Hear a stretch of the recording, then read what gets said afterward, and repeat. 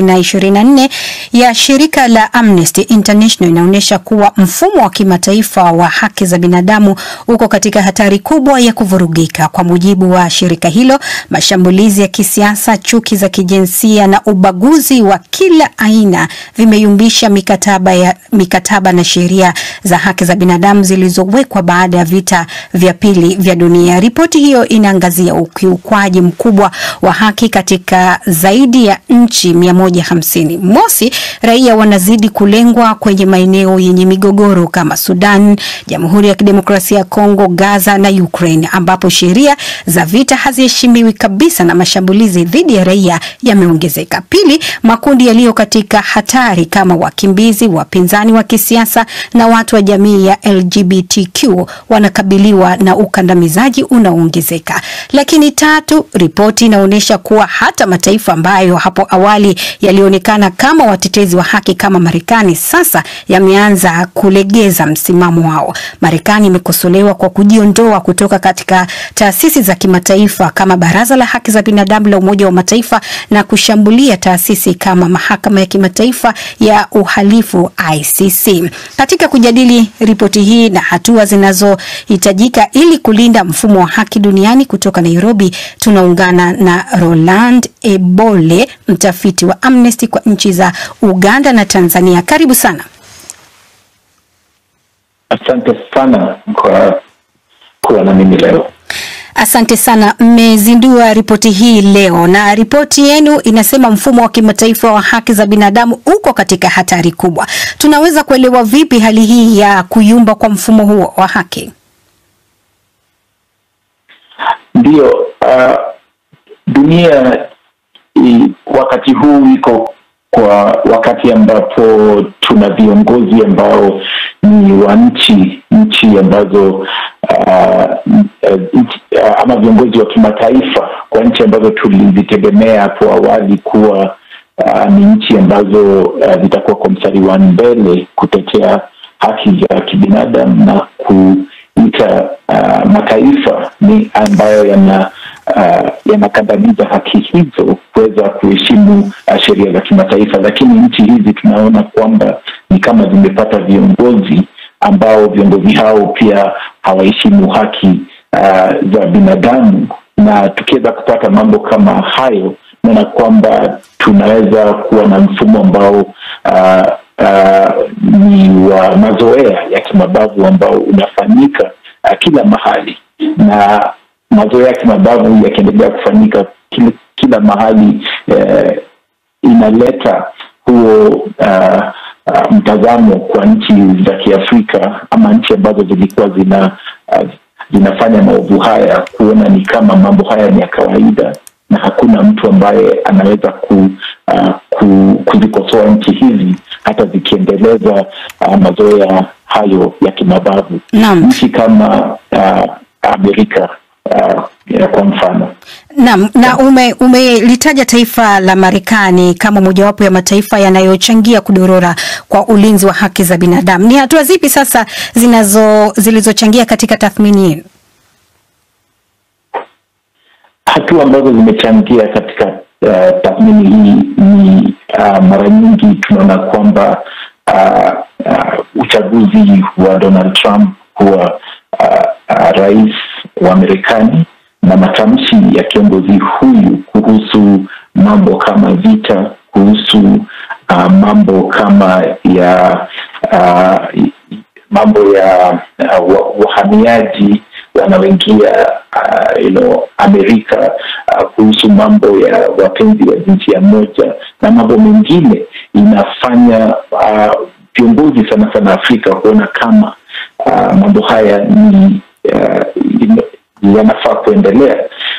Kiongozi kama Donald Trump tunajua mtazamo wake sana kwa mambo mengi, ikiwemo pia ufadhili wa mashirika ambayo yamekuwa kipaumbele kuwasaidia watu ambao wanaathirika kwa mambo mengi, ikiwemo mambo ya afya, ikiwemo mambo mengine kama ya anga ama mambo ya climate change. tunaona kwamba mtazamo wa Amerika, nchi ambayo imekuwa ikiangaliwa na watu wengi kama kiongozi wa haki, ikibadilika, wengi kwa nchi zingine wanaweza pia kubadilisha mtazamo wao na kukiuka haki ya binadamu. Naam, tuingie katika bara la Afrika ambapo kuna mizozo kadhaa ambayo inalikabili bara hilo, ambapo tukiangalia mizozo kama vile uko Jamhuri ya Kidemokrasia ya Kongo, Sudani, mmeeleza kwamba sheria za vita hazizingatiwi kabisa. Ni changamoto zipi kuu mnazoziona katika maeneo haya? Matatizo ambayo tunaona ni kwamba wahusika katika mapigano ya silaha hawaheshimu sheria za kimataifa ya kibinadamu, na hii ni sheria ambayo inahusu pia kulinda raia na taasisi za kidini na elimu na rasilimali nyingine za tamaduni katika mashambulizi.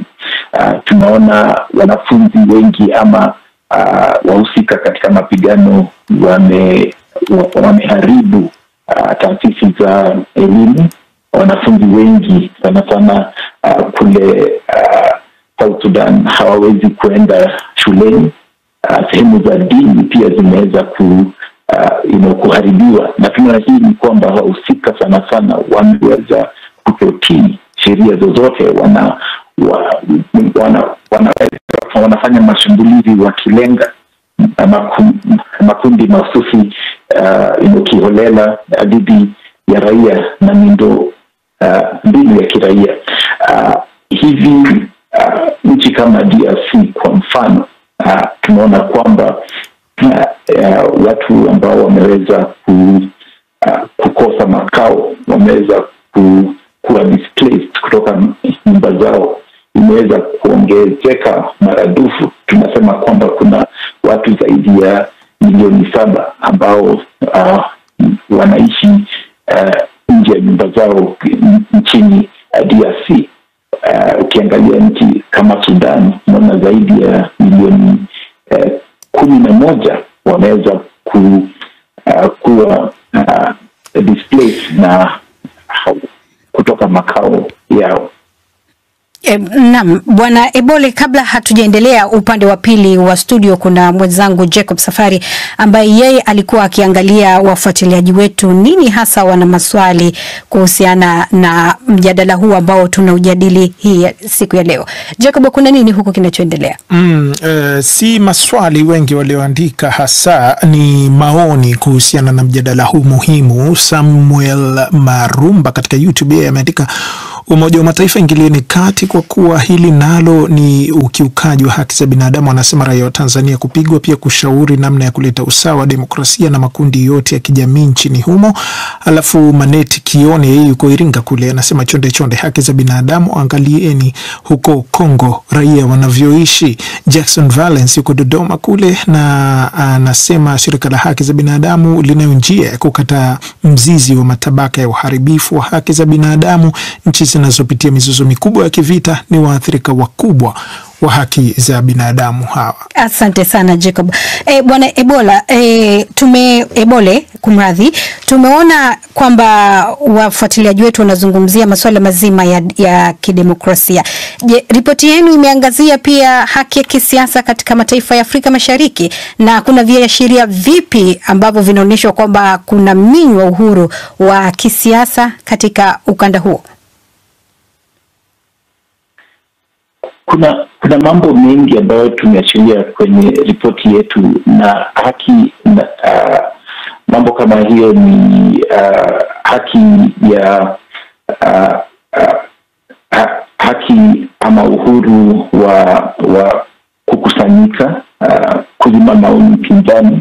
Kwa mfano, tumeangazia Tanzania ambapo tunajua kwamba serikali ya Tanzania imeweza mwaka uliopita kuwakamata zaidi ya watu 500 ambao walikuwa wanaunga mkono chama cha upinzani Chadema, ambao walikamatwa kwa kususia katazo la kufanya mkutano wa vijana. Tunaona Uganda pia tunaweza kupata watu ambao waliweza kudhulumiwa kudhulumiwa ama kujeruhiwa na majeshi ya polisi kwa kufanya mkusanyiko wa kisiasa. Tunaona pia uhuru wa kujieleza unaendelea kukandamizwa, na huu kujieleza tunaona nchi mbalimbali ambapo kama Zambia kwa mfano, ambapo serikali iliyofungulia mashtaka bandia wakosoaji kadhaa wa serikali kwa kuanika tuhuma za rushwa au kuwakosea maafisa wa serikali. Natamani tuendelee, lakini natamani kusikia pia mapendekezo ya Amnesty ni yepi katika kuhakikisha haki za binadamu zinazingatiwa. Kwa ufupi sana.